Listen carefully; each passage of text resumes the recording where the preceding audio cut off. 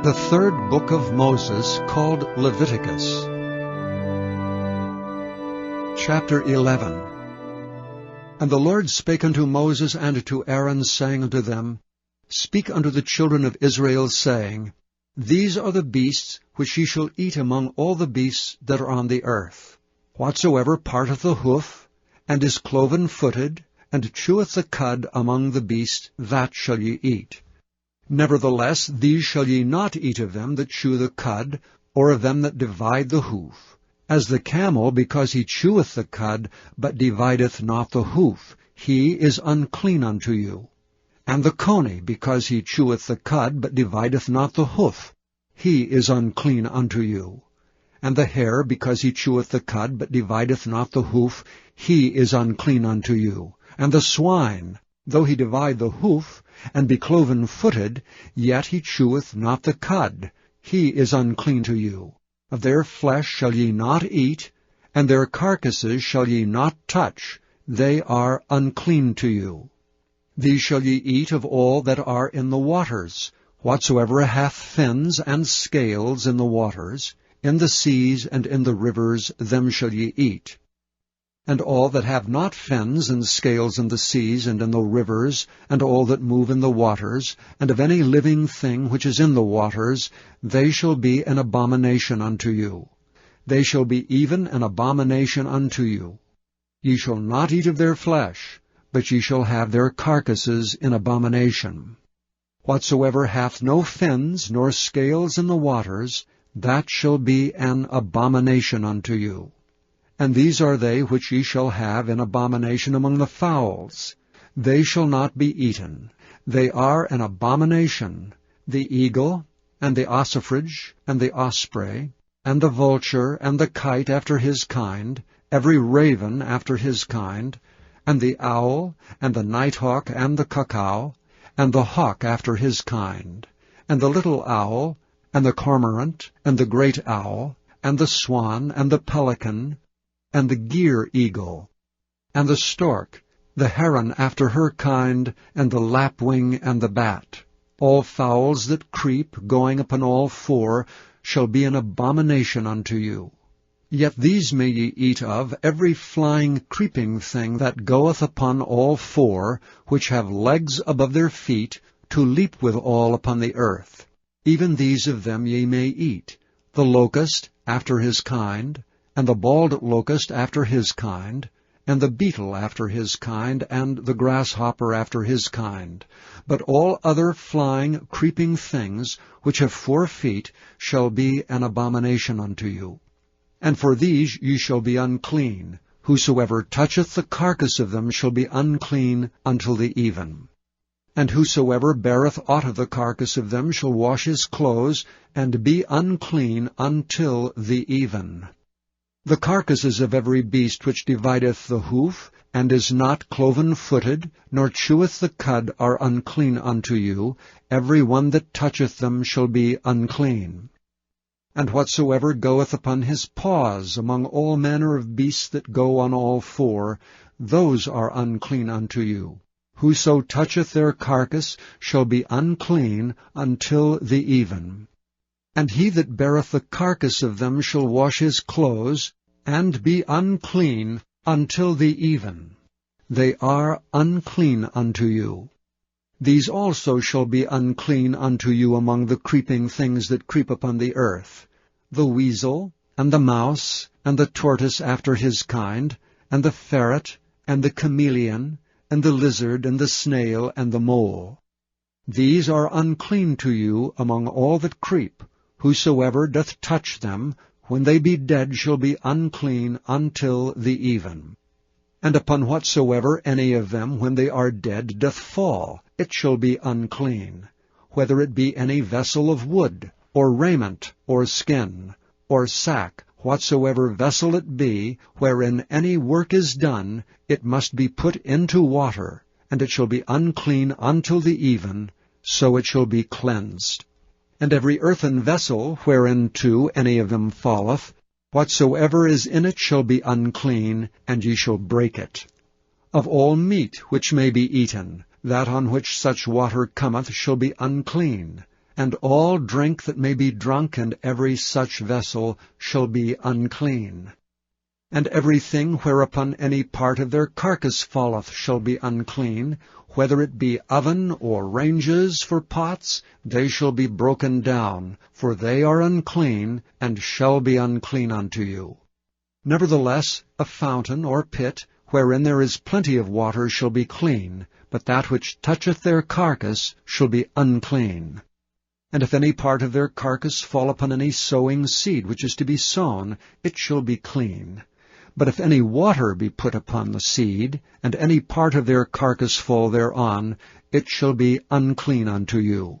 And if any beast, of which ye may eat, die, he that toucheth the carcass thereof shall be unclean until the even. And he that eateth of the carcass of it shall wash his clothes, and be unclean until the even. He also that beareth the carcass of it shall wash his clothes, and be unclean until the even. And every creeping thing that creepeth upon the earth shall be an abomination, it shall not be eaten. Whatsoever goeth upon the belly, whatsoever goeth upon all four, or whatsoever hath more feet among all creeping things that creep upon the earth, them ye shall not eat, for they are an abomination. Ye shall not make yourselves abominable with any creeping thing that creepeth, neither shall ye make yourselves unclean with them, that ye should be defiled thereby. For I am the Lord your God. Ye shall therefore sanctify yourselves, and ye shall be holy, for I am holy. Neither shall ye defile yourselves with any manner of creeping thing that creepeth upon the earth. For I am the Lord that bringeth you up out of the land of Egypt, to be your God. Ye shall therefore be holy, for I am holy. This is the law of the beasts, and of the fowl, and of every living creature that moveth in the waters, and of every creature that creepeth upon the earth, to make a difference between the unclean and the clean, and between the beast that may be eaten, and the beast that may not be eaten. Chapter 12. And the Lord spake unto Moses, saying, Speak unto the children of Israel, saying, If a woman have conceived seed, and born a man-child, then she shall be unclean 7 days. According to the days of the separation of her infirmity shall she be unclean. And in the 8th day the flesh of his foreskin shall be circumcised. And she shall then continue in the blood of her purifying 33 days. She shall touch no hallowed thing, nor come into the sanctuary, until the days of her purifying be fulfilled. But if she bear a maid-child, then she shall be unclean 2 weeks, as in her separation. And she shall continue in the blood of her purifying 66 days. And when the days of her purifying are fulfilled, for a son or for a daughter, she shall bring a lamb of the first year for a burnt offering, and a young pigeon or a turtle dove for a sin offering, unto the door of the tabernacle of the congregation, unto the priest, who shall offer it before the Lord, and make an atonement for her. And she shall be cleansed from the issue of her blood. This is the law for her that hath borne a male or a female. And if she be not able to bring a lamb, then she shall bring 2 turtles, or 2 young pigeons, the one for the burnt offering, and the other for a sin offering. And the priest shall make an atonement for her, and she shall be clean. Chapter 13.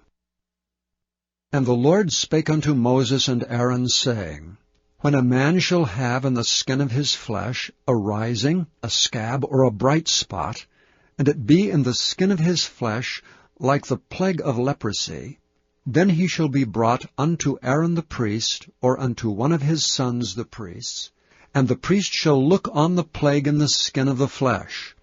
And when the hair in the plague is turned white, and the plague in sight be deeper than the skin of his flesh, it is a plague of leprosy, and the priest shall look on him and pronounce him unclean. If the bright spot be white in the skin of his flesh, and in sight be not deeper than the skin, and the hair thereof be not turned white, then the priest shall shut up him that hath the plague 7 days.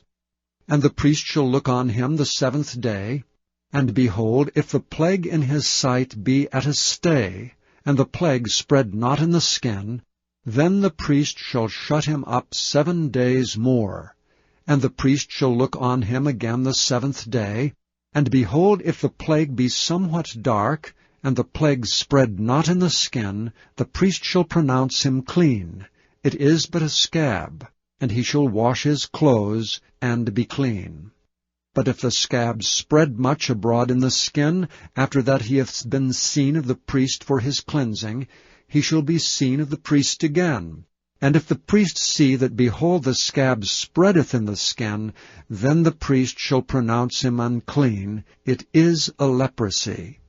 When the plague of leprosy is in a man, he shall be brought unto the priest. And the priest shall see him, and behold, if the rising be white in the skin, and it have turned the hair white, and there be quick raw flesh in the rising, it is an old leprosy in the skin of his flesh, and the priest shall pronounce him unclean, and shall not shut him up, for he is unclean.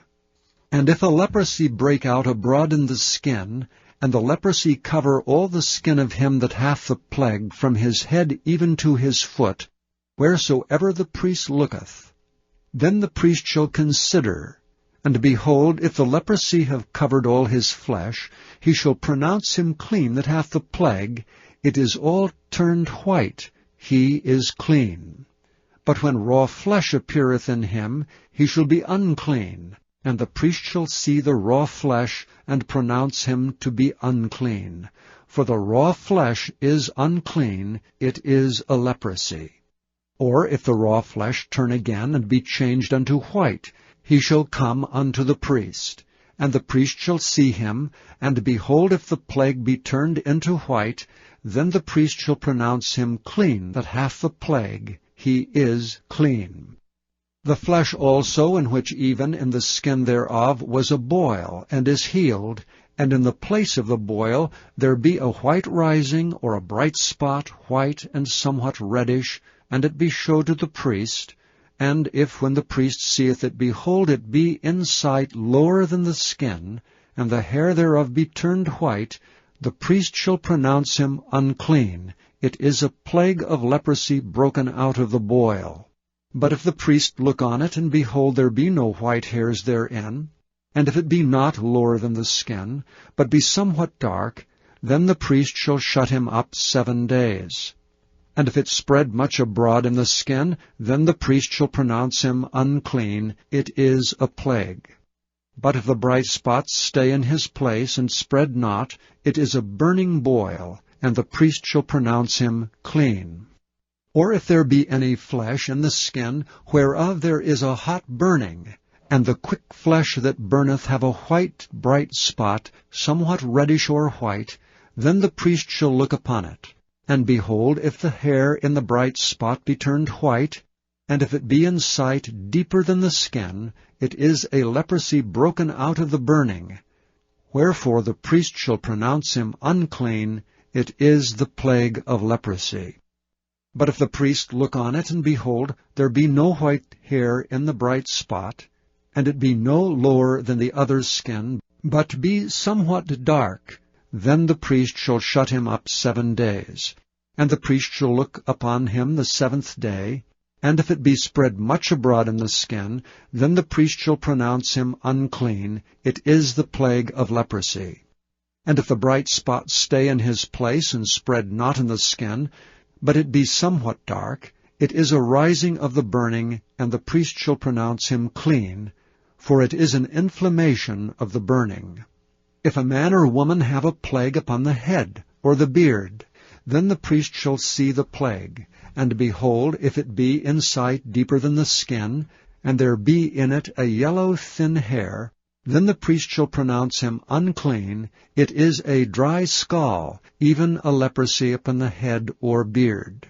And if the priest look on the plague of the scall, and behold, it be not in sight deeper than the skin, and that there is no black hair in it, then the priest shall shut him up that hath a plague of the scall 7 days. And in the 7th day the priest shall look on the plague, and behold, if the scall spread not, and there be in it no yellow hair, and the scall be not in sight deeper than the skin, he shall be shaven, but the scall shall he not shave, and the priest shall shut him up that hath the scall 7 days more. And in the 7th day the priest shall look on the scall, and behold, if the scall be not spread in the skin, nor be in sight deeper than the skin, then the priest shall pronounce him clean, and he shall wash his clothes, and be clean. But if the scall spread abroad much in the skin after his cleansing, then the priest shall look on him, and behold, if the scall be spread in the skin, the priest shall not seek for yellow hair, he is unclean. But if the scall be in his sight at a stay, and that there is black hair grown up therein, the scall is healed, he is clean, and the priest shall pronounce him clean. If a man also or a woman have in the skin of their flesh bright spots, even white bright spots, then the priest shall look. And behold, if the bright spots in the skin of their flesh be darkish white, it is a freckled spot that groweth in the skin, he is clean. And the man whose hair is fallen off his head, he is bald, yet he is clean. And he that hath his hair fallen off from part of his head toward his face, he is forehead bald, yet he is clean. And if there be in the bald head, or bald forehead, a white reddish sore, it is a leprosy sprung up in his bald head or his bald forehead. Then the priest shall look upon it, and behold, if the rising of the sore be white reddish in his bald head, or in his bald forehead, as the leprosy appeareth in the skin of the flesh, he is a leprous man, he is unclean. The priest shall pronounce him utterly unclean, his plague is in his head. And if the leper in whom the plague is, his clothes shall be rent, and his head bare, and he shall put a covering upon his upper lip, and shall cry, Unclean, unclean. All the days wherein the plague shall be in him, he shall be defiled. He is unclean, he shall dwell alone, without the camp shall his habitation be. The garment also that the plague of leprosy is in, whether it be a woolen garment or a linen garment, whether it be in the warp or woof, of linen or of woolen, whether in a skin or in anything made of skin, and if the plague be greenish or reddish in the garment, or in the skin, either in the warp or in the woof, or in anything of skin, it is a plague of leprosy, and shall be showed unto the priest. And the priest shall look upon the plague, and shut up it that hath the plague 7 days. And he shall look on the plague on the 7th day. If the plague be spread in the garment, either in the warp or in the woof, or in a skin, or in any work that is made of skin, the plague is in a fretting leprosy, it is unclean. He shall therefore burn that garment, whether warp or woof, in woolen or in linen, or anything of skin wherein the plague is. For it is a fretting leprosy, it shall be burnt in the fire.